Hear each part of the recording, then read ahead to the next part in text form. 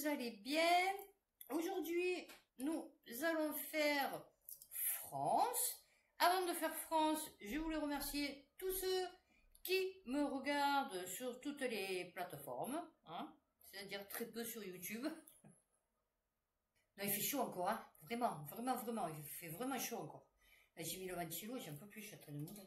Ça se voit quoi? Ça se voit que je suis en train de mourir, fait pas direct, mais sous les caméras. Ah ouais, non mais... Voilà, donc merci à tous ceux qui me regardent. Ouais, non mais vous avez vu que des fois je parle de trucs, après je reparle d'autres trucs, parce que du coup... Donc merci à tous ceux qui me regardent. Pour ceux qui veulent me suivre sur TikTok, donc je suis sur La Gauloise Réfractaire, mais je suis aussi sur Endedra, donc Endedra.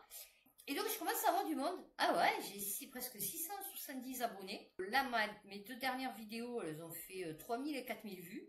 Mon avant-dernière vidéo a fait 11 000 vues. Non, franchement, ça fonctionne bien. Ça commence à bien fonctionner sur TikTok. Hein, voilà, je suis devenue TikTokeuse. Ah ouais, non, mais... Donc, aujourd'hui, France, ben, c'est pas top. Donc, je vais commencer par Moussa, enfin Darmanin.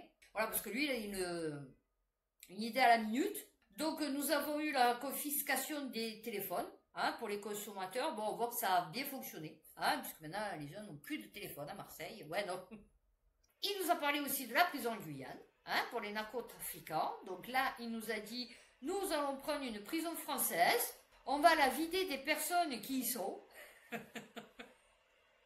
Non, c'est pas rigolo. Et on y mettra, puisqu'on l'aura totalement isolé, totalement sécurisé, avec des agents pénitentiaires particulièrement formés, anonymisés, les 100 plus gros narcotrafiquants.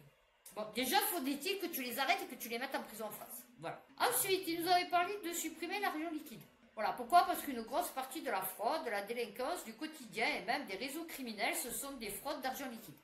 Voilà, le mec, il est toujours en 1954. Tu vois, voilà, c'est ça le problème en France. Il voulait envoyer les détenus en prison en Allemagne ou en Espagne.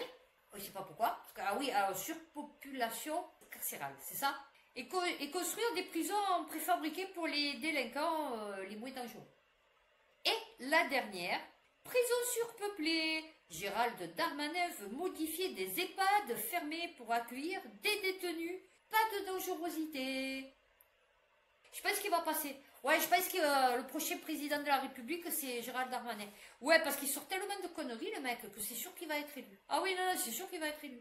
Il y a une frange bien, tu vois, résistante de la population qui va voter pour lui. Oui, non, mais... Il y a trop de détenus, un gros manque de place. Gérald Darmanin a trouvé la solution. Ah oui, non, mais... Donc il s'agirait de transformer certains anciens EHPAD, aujourd'hui fermés, en lieu de détention pour les personnes incarcérées considérées comme peu dangereuses. Oui, genre pédo et tout. Les bugs, ils seront quoi, tu vois ce que je veux dire? Car la création de nouveaux bâtiments pour les détenus est souvent longue et coûteuse. Ouais, ben qu'ici. Non, je t'explique qu'ici. Hein, ouais, voilà, qu'en France. Ouais, non. Alors, Italie, machin et tout, j'en sais rien. Du coup, voilà. Mais en tout cas, tout ce qui est États-Unis, Chine et tout, ils se font pas chier. Ouais, non, ils s'emmerdent pas. Ouais, je sais, je parle mal, mais c'est le cas. Il déplore que la France enferme indistinctement, peut-être de s'en apercevoir, des personnes au parcours très différents dans les mêmes établissements, le terroriste, l'islamiste, le narcotrafiquant, le type qui a roulé bourré 10 fois, le pédophile, le violeur, oui, non, ça y est pas. Eh ouais, non, ça y est pas. On le met dans la même prison, c'est complètement idiot. Non, alors, c'est pas qu'on le met dans la même prison, c'est surtout qu'on le met dans la même cellule. Voilà, oui, non, c'est surtout ça. Voilà, ou louer des prisons en étranger. On propose à l'Espagne de louer quelques centaines, voire quelques milliers de places à la frontière. C'est aussi le cas en Allemagne. Des établissements pénitentiaires en 1 an et demi. 2 fois moins cher, 200 000 € la place au lieu de 400 000. 200 000 € pour faire une cellule? C'est une blague. Non, c'est une blague. Il y a un lit Ikea, il y a un lavabo, point barre. Et peut-être une toilette à la rigueur, je sais même pas. 200 000 € ça? Non, vraiment. Au lieu de 400. Et 400 000, c'est le prix d'une villa sur la côte. Lol, mais c'est une blague. Non, mais c'est là que vous voyez le problème, hein, vraiment. Bon, allez, on continue dans le bon. Ouais, non, parce que tant qu'à faire. 20 minutes, Paris, la police démantèle un vaste réseau bosnien de voleurs sévissant dans le métro. Oh, mais je sais pas des bougnolets, des baboulas, mais alors... Traite d'êtres humains à l'égard de mineurs en bande organisée ou encore association de malfaiteurs. Oh, mais je sais pas, c'est rien, c'est des blancs. Hein? C'est pas grave, j'ai des blancs. Oh, bon, oui. Ah, ben là, le RN, il dit rien. Eh ouais, non, là, le RN, il dit pas grand-chose. Hein, on l'entend pas trop. Hein. Alors, on va revenir à notre ministre millionnaire. Ah ouais, non, parce que du coup, le ministre FDJ. West France, après des accusations du canard enchaîné, Éric Lombard dément avoir sous-évalué son patrimoine. Dans son édition apparaître mercredi, l'hebdomadaire évoque une maison dans le Morbihan achetée en 2004 pour 1,8 million d'euros et dans laquelle Éric Lombard a effectué des travaux pour un montant de plus d'1 million d'euros. Ah, comme l'indique sa déclaration du patrimoine. Ah bon, écoute, attends, non, il était resté sur l'appartement, je crois, à Paris avec 400 000 euros. Hein, de réparation. Il rénove beaucoup. Moi, je trouve qu'il prend un peu des trucs un peu dégueux. À mon avis, on doit le prendre pour une conne, c'est pas possible. 20 ans plus tard, étrangement, il assure que la bicoque ne vaut plus que 600 000 euros. Oh bon, oui. Estime que ce genre de propriété vaut entre 3, 5 et 4 millions d'euros. Oh bah, c'est sûr. Si tu l'achètes et 8 et que tu fais 1 million de travaux d'euros, enfin, je veux dire, c'est énorme, 1 million. Bah, c'est sûr qu'elle en vaut 3. Ah bah oui, non, mais ça c'est sûr. Hein. La différence résulte d'une part de ce qu'Éric Lombard ne détient que 50% du bien et d'autre part qu'il ne détient que l'usufruit. Oh, bah oui, Minouchette, Tatane. Ah ouais, il s'est conformé au mode de calcul. Ah ouais, qu'il arrête bien. Ah, on le savait pas celui-là non plus. Va falloir rajouter, hein, les gars. Alors, le canard enchaîné s'interroge aussi sur un appartement acquis en 2020 par Éric Lombard d'une superficie de 180 mètres carrés. Il a été acheté 2,8 millions d'euros. D'après la déclaration de patrimoine du ministre, pour une valeur vénale indiquée de 1,4 million. On va la moitié du prix, ah, ça va. Ok, et ben voilà. Eh ben vous savez qu'il a encore 2 autres biens, hein, parce que du coup, il nous avait pas tout listé. Capitale, France Travail, les 10 départements où il est plus difficile de trouver un emploi en 2025. Alors peut-être même en 2024, hein, je dirais. Alors que le taux de chômage en France atteignait 7,4% de la population active au premier trimestre 2025, plus 0,1, on dirait notre croissance, tu sais. Des dizaines de milliers d'offres d'emploi sont toujours disponibles. Ah oui, non, mais ça c'est sûr. Oui, mais comme je disais, si le mec il est à Marseille et que l'emploi il est à Strasbourg, oui, c'est sûr que le mec il va pas déménager pour 1500 € par mois. Tu vois ce que je veux te dire? S'il n'y a pas d'école, il n'y a pas de transport, il n'y a rien, fait, je veux dire, bon, il n'y a pas de docteur. Les data scientists ont exploité les données publiques proposées par Pôle emploi, en sachant que Pôle emploi, la moitié de ces annonces, elles sont fausses. Le Nord touché de plein fouet par le chômage, 319 000 demandeurs d'emploi. Hein. Pour seulement 33 000 offres. Eh ouais, c'est sûr, c'est con. 10 fois moins. Eh ouais, non, c'est sûr. Oh, tiens sûr, bah, c'est bien. 319 040 moins 33 204, ils disent, cela signifie que même si toutes les offres étaient pourvues, pas moins de 285 836 personnes. En premier, on a le Nord. Après, on a les Bouches-du-Rhône.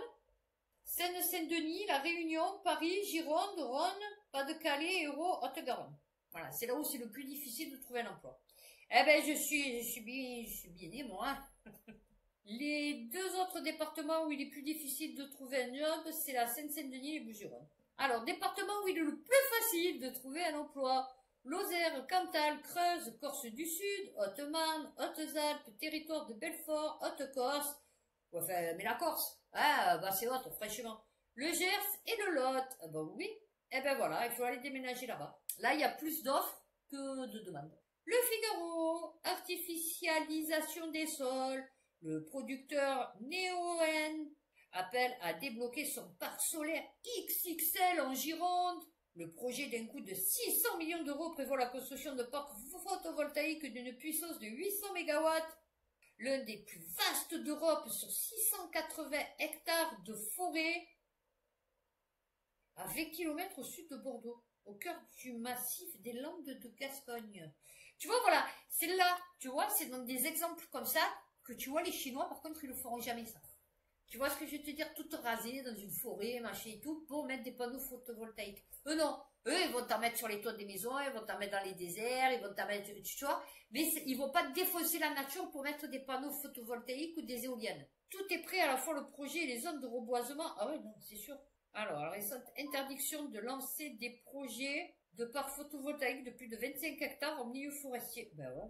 Ah ouais, en fait, les collectivités locales, elles le veulent, parce que du coup, ça apporterait des pépettes. Eh ouais, voilà, c'est ça le problème. Le problème, c'est les pépettes ici. Alors ça, je ferai une spéciale Marseille.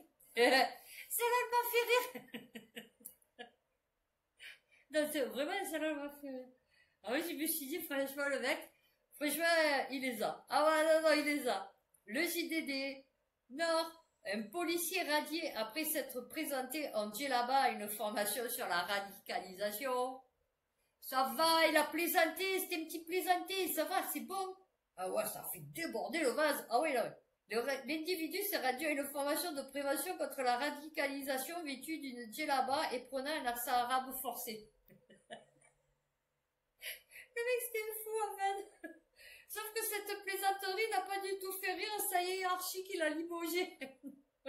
Eh ben, moi, je l'aurais gardé. Tu vois, parce que franchement, le mec, il a de l'humour. Putain, la dernière fois, il y en a un, il a montré à Corbière, je crois. Corbière-Essonne, là, je sais pas quoi. Le commissariat, il faisait les pétards et tout, ils étaient défoncés, ils criaient et tout, les condés. Ouais, le commissariat. Il y a une espèce de course, vous savez, où ils rangent les voitures. Et en fait, le mec, il passe devant et il dit, regardez les condés, ce qu'il faut, regardez les condés, ce qu'il faut. Et en fait, tu les entends, ils chantent, ils crient, ils tirent les pétards et tout. Ah, non, c'est complètement défaussé. Le Huffington Post. Nicolas Sarkozy retiré de la Légion d'honneur. Emmanuel Macron désavoué.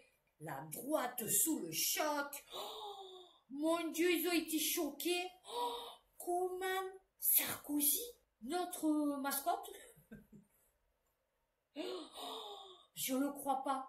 Oh oui, Macron ne voulait pas de cette idée. Oh ben non, Nathan. Oh, j'en veux pas. Eh oui, c'est une honte. Oh oui, non, mais c'est une règle, mais c'est aussi une honte pour un président qui ne mérite pas ce type de décision. Ah ben non, on se demande le président ce qu'il doit faire pour mériter ce genre de décision alors. Tu vois, si lui, après tout ce qu'il a fait, la condamnation, bracelet électronique, machin et tout, on lui retire pas, je veux dire, bon, Bruno Retailleau reprend une fake news pour défendre Nicolas Sarkozy déçu de sa Légion d'honneur. Et ouais, mais ça c'était parce qu'il était sous le choc. C'est tellement sous le choc qu'il a repris une fake news. Tu vois ce que je veux te dire? Ah oui, c'est parce que soi-disant, c'est lui qui s'est... Voilà, c'est son courage, sûrement, qui a valu, vous savez, l'Human Bomb de Neuilly-sur-Seine. C'est un mec qui est rentré dans une école maternelle, et je me rappelle de ce truc. Et en fait, bon, mais c'est les codés qui ont fait le truc. Lui, il a pas eu du courage, c'est pas lui qui est allé perso. Est-ce vraiment pour ce rôle dans la prise d'otage de 93 qu'il a été décoré en 2004? Ouais, 10 ans après. Ouais, c'est ça, c'est 10 ans après. Eh ouais, non, c'est sûr. Les mains de Jean-Pierre Raffaret. Ouais, Raffaret, il a pété un câble là dernière fois. En tout cas, c'est un acte qui a marqué, et cet acte, personne ne le lui retire. Donc, Dati et Bardella ont suivi, bien sûr, mais c'est complètement faux. Nicolas Sarkozy a été distingué en 2004 pour l'ensemble de sa carrière politique, de maire, de député et de ministre. Oh, il a tellement bien fait son job, hein, pour détruire la France. Oh bah oui, le décret annonçant sa nomination au grade de chevalier de la Légion d'honneur est d'ailleurs toujours en ligne. C'est parce qu'il a dit le nouvel ordre mondial, personne ne pourra en y réchapper. Ah ouais, non, c'est pour ça. Alors là, celui-là aussi rigolo. Non, rigolo, parce que le Parisien, l'Assemblée nationale, vote le redémarrage de la centrale nucléaire de Fessenheim. Ok.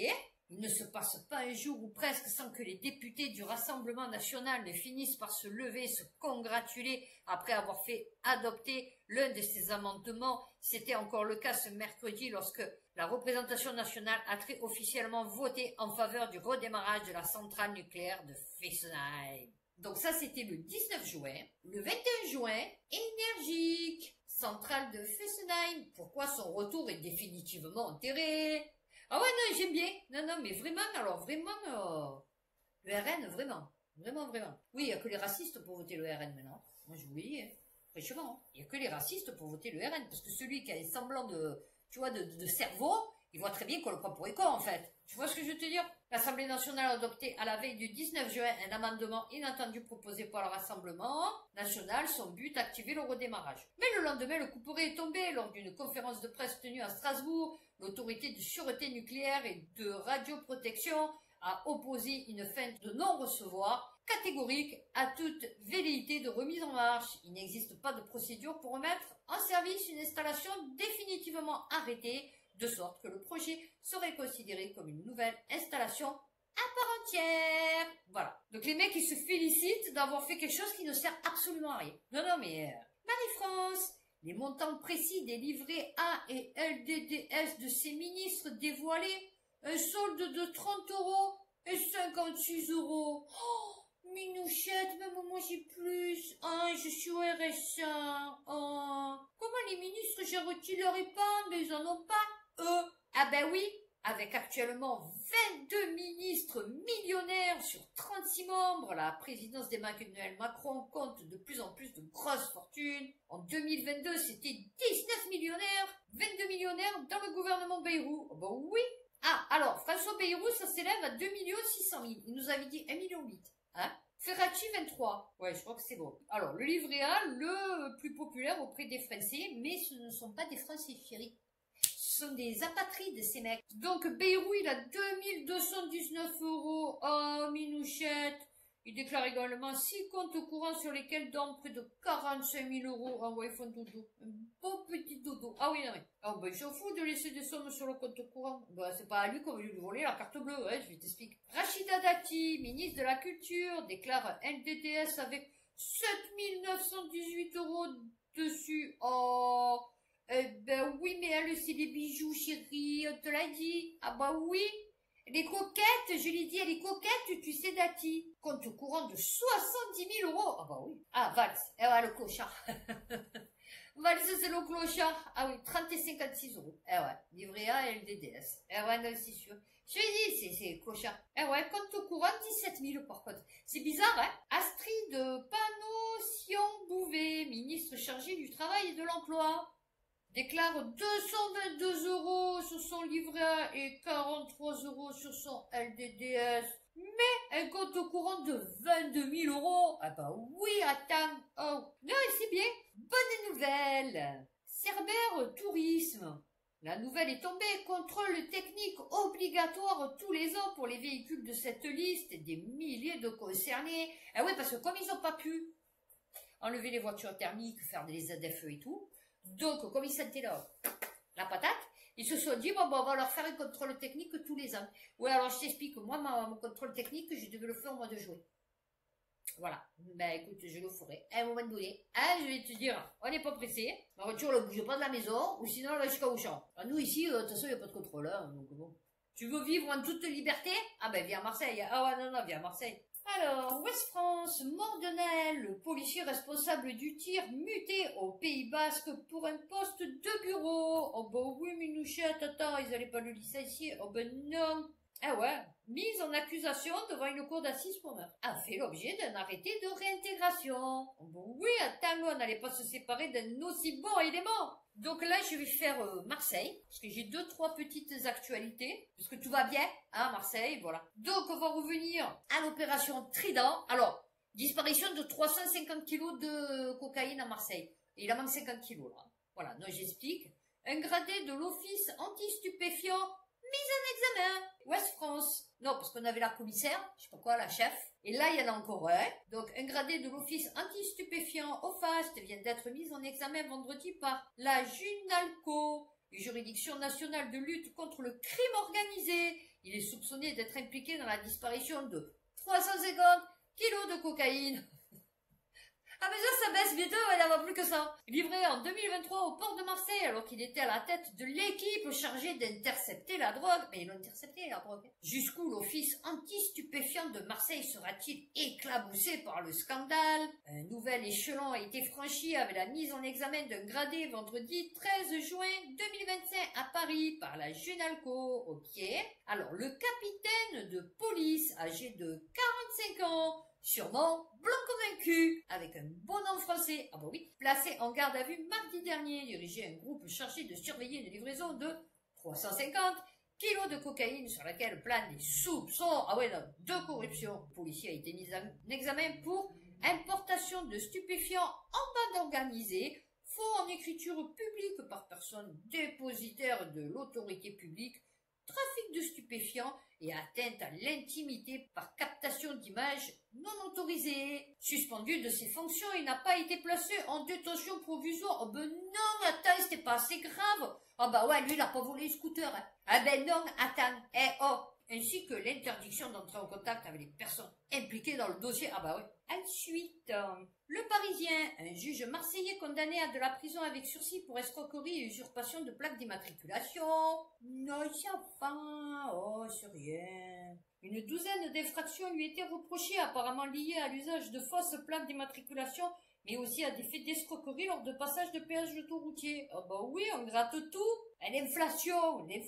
18 mois avec sursis. Oh bah oui, attends, c'est rien. Ah, et puis c'est un magistrat. Oh, attends, oh. Pas trop les chambouler. Ah ouais, non, il faut pas trop les chambouler. BFM TV, Marseille, un homme de 41 ans tué par balle au marché d'intérêt national. Non, c'est surtout au marché d'intérêt national que ça m'a fait rire. Ah ouais, non, mais. Un producteur de pêche a été pris à partie par plusieurs jeunes tous samedi matin, alors qu'il déchargeait ses fruits. Touché à la tête, il a succombé à ses blessures malgré l'intervention des secours. C'est bizarre. Oui, l'histoire est chelou. Le 14e arrondissement de Marseille. Ok, c'est-à-dire ici. Où? Marché aux puces, non, c'est le 15e. Des Arnavaux. Ouais, je sais pas. Ah, c'est le 14e toujours? D'accord. Condamne avec la plus grande fermeté. Oh, ça me bat les bonbons. Ah ouais, là, c'est Benoît Paillot. Ah ouais, non. Le mec, il livrait les pêches et il s'est pris une prune dans la tête. Ah ouais, là, mais... Bon, ben voilà, là, donc, du coup, j'ai fini pour Marseille.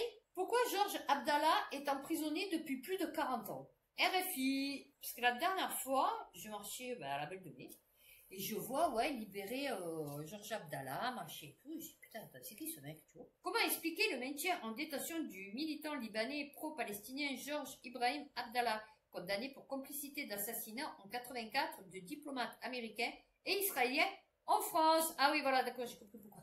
Ça va, c'est bon. C'est plus besoin, j'ai plus besoin de lire la suite. Emprisonné depuis 41 ans, il est libéré. Oui, d'accord, alors, ils disent pour complicité, donc c'est pas lui qui a tiré, c'est qui a tiré? Enfin, qui les a tués. Alors, condamné en 87 à la réclusion à perpétuité pour complicité d'assassinat. Georges Abdallah est libérable depuis 25 ans, mais toutes les demandes de libération depuis 99 ont échoué. Oh bah oui, bien sûr. La Chambre d'application des peines avait jugé nécessaire qu'il s'acquitte à raison de ses facultés contributives des dommages et intérêts. Alors, Georges Abdallah a toujours dit que jamais il n'indemnisera les États-Unis qui envoient les bombes sur les enfants palestiniens et libanais. Voilà. Mais il avait dit que si l'État libanais payait, il accepterait. Donc c'est compliqué. Eh ouais, il paye pour tous les peuples qui se sont rebellés. Eh ouais. La défense de Georges Abdallah vaut la main de Washington dans son maintien en détention. Enfin, et surtout d'Israël, je pensais. À mon arrivée à l'ambassade de Paris au début de l'été 86, en tant qu'officier antiterroriste au sein de la section politique, l'affaire Abdallah est devenue ma priorité absolue. Confie le diplomate américain Steve Kashket.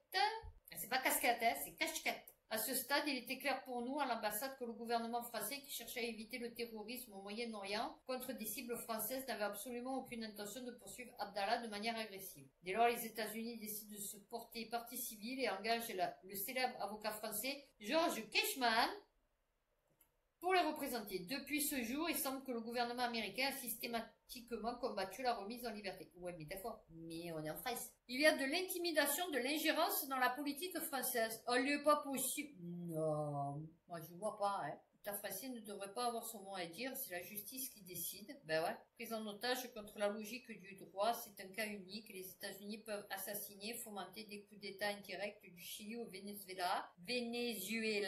C'est dur à dire. Mais s'obstiner comme ça en tenant en otage un militant et une personne n'a jamais vu ça. Non, c'est surtout en France, comment ça se fait qu'on est là. Alors, mais qui c'est le tueur? Parce que lui, c'est complicité. Dans le dossier Abdallah, Jacques Vergès parlait aussi de la France comme la pute des États-Unis. Ah bah oui, tout à fait. Ah ben ouais. Parmi les dizaines de demandes de libération conditionnelle de Georges Abdallah, celle de 2013, les câbles révèlent un message envoyé par Hillary Clinton. Alors, c'est Wikileaks. Alors, ministre des Affaires étrangères, celle-ci demande ouvertement à Paris de trouver un moyen pour empêcher toute remise en liberté du militant. Les responsables du bureau des affaires européennes à Washington, qui l'ont contacté, ils m'ont dit que les autorités françaises avaient offert aux Américains l'opportunité d'exprimer un avis consultatif puisqu'on avait été partie civile pendant le procès. C'est pour cette raison que je ne pense pas que l'on puisse parler d'ingérence ou pression. Non, je t'ai dit, c'est pas... Ah voilà, quid d'Israël. Il y en a ici, Israël. Eh oui, le rôle actif des États-Unis dans le dossier, mais il refuse de parler de pression ou d'ingérence dans les affaires françaises, et ce, alors que de nombreux acteurs de l'affaire dans l'Hexagone ont, depuis 40 ans, évoqué ouvertement le rôle de Washington et ses pressions dans le métier. Ok. Le deuxième diplomate assassiné par les phares en 82 était un Israélien, mais Tel Aviv ne s'est jamais porté partie civile, affirmant vouloir oublier cette histoire. Oui, bien sûr. Oui. c'est possible qu'il y ait quelque chose qui se passe entre Israël et la France. J'ignore tout ça, concerne le diplomate américain. Ah non, mais nous, on est infiltrés, ça fait longtemps. Hein. À ce moment-là, je me souviens que le gouvernement israélien a considéré la possibilité de se constituer partie civile, mais ce n'était pas nécessaire parce que nous le faisions, donc Israël comptait sur les États-Unis pour faire le boulot. Voilà, voilà. Eh ouais, le plus vieux prisonnier politique d'Europe, et surtout de France. Putain, 16 000 euros. Le Liban, il va pas payer. Lol, la blague. S'il paye 16 000 euros, il est libre. Ah ouais, non, c'est bien. Non, il soutient vachement son peuple. Ah ouais, non, mais... Donc voilà, je voulais finir par ça, parce que j'estimais que, bah ouais, c'était intéressant de savoir qui était Georges Abdallah, qui est le plus vieux prisonnier politique d'Europe, incarcéré en France. Hein, voilà. Bah voilà, on a fini sur France, donc j'espère que cette vidéo vous aura plu, vous aura intéressé, vous aura instruit, vous aura fait passer quand même un bon moment. D'ici ma prochaine vidéo, donc Europe, prenez soin de vous, faites attention à vous, et puis à bientôt pour une prochaine vidéo.